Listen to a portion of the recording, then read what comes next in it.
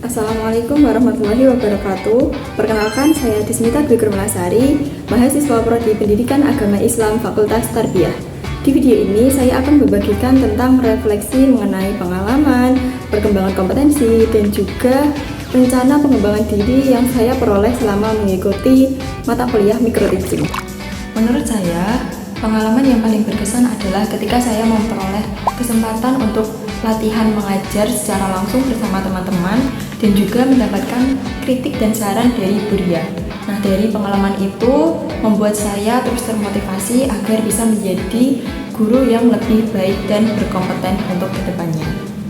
Selama mengikuti perkuliahan microteaching, saya menyadari bahwa salah satu kelebihan yang saya miliki adalah kemampuan untuk mempersiapkan pembelajaran secara terencana dan juga sistematis.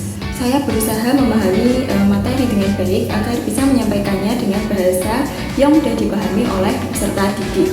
Saya juga merasakan beberapa peningkatan dalam kemampuan menyusun perangkat pembelajaran, memilih metode yang sesuai, dan memanfaatkan media pembelajaran interaktif. Nah, tapi masih ada beberapa hal yang perlu saya tingkatkan lagi. Berdasarkan masukan yang saya terima, bahwasanya volume suara saya masih perlu diperbesar agar lebih jelas. Selain itu, saya cenderung berdiri di satu tempat saat mengajar dan perlu meningkatkan kemampuan dalam mengelola suasana kelas agar pembelajaran menjadi lebih hidup, menyenangkan, dan bisa melibatkan peserta didik secara aktif. Sebagaimana dalam Al-Quran surah Al-Baqarah ayat 1-20 yang dimana manusia itu dibagi menjadi 3 bagian, yaitu ada apa saja? Dari beberapa masukan tadi, yang menurut saya berkesan bagi saya adalah pentingnya menggunakan intonasi suara yang lantang dan jelas ketika mengajar. Saya juga belajar bahwa seorang guru tidak cukup hanya menguasai materi, tetapi harus mampu menciptakan suasana kelas yang nyaman, ceria, dan menyenangkan agar peserta didik lebih antusias untuk belajar. Nah, setelah menerima masukan tersebut, saya mulai berlatih untuk meningkatkan volume suara saat presentasi maupun untuk praktik mengajar. Saya juga berusaha menampilkan ekspresi yang lebih ceria dan meningkatkan interaksi selama pembelajaran berlangsung. Dari pengalaman microteaching ini, saya memahami bahwa keberhasilan pembelajaran tidak hanya ditentukan oleh penguasaan materi, tetapi juga oleh kemampuan guru dalam berkomunikasi dan menciptakan lingkungan belajar yang lebih positif. Sebagai calon guru profesional, saya berkomitmen untuk terus mengembangkan kompetensi yang saya miliki.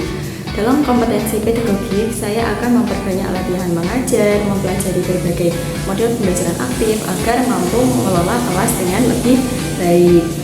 Dalam kompetensi profesional, saya akan terus memperdalam penguasaan materi pendidikan agama Islam serta meningkatkan kemampuan untuk memanfaatkan teknologi dan media pembelajaran digital.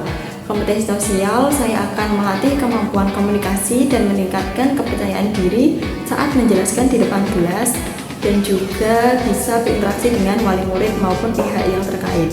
Untuk kompetensi kepribadian, saya akan membiasakan disiplin, tanggung jawab, dan terbuka terhadap kritik dan saran untuk terus memperbaiki diri.